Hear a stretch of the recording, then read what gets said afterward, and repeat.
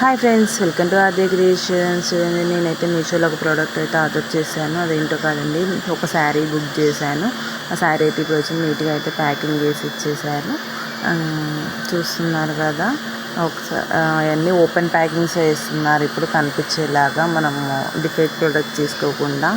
చూడండి ఎలా ఇచ్చారో. ఇంకా నేను శారీ అయితే ఓపెన్ చేస్తున్నాను. చూడండి, శారీ అయితే మీకు కనిపించడానికి బ్లూ కలర్లో కనిపిస్తుంది, బట్ నాకైతే అది వచ్చింది బయట గ్రీన్ కలర్ ఉంది. కెమెరాలో అలా కనిపిస్తుంది కలర్ అయితే.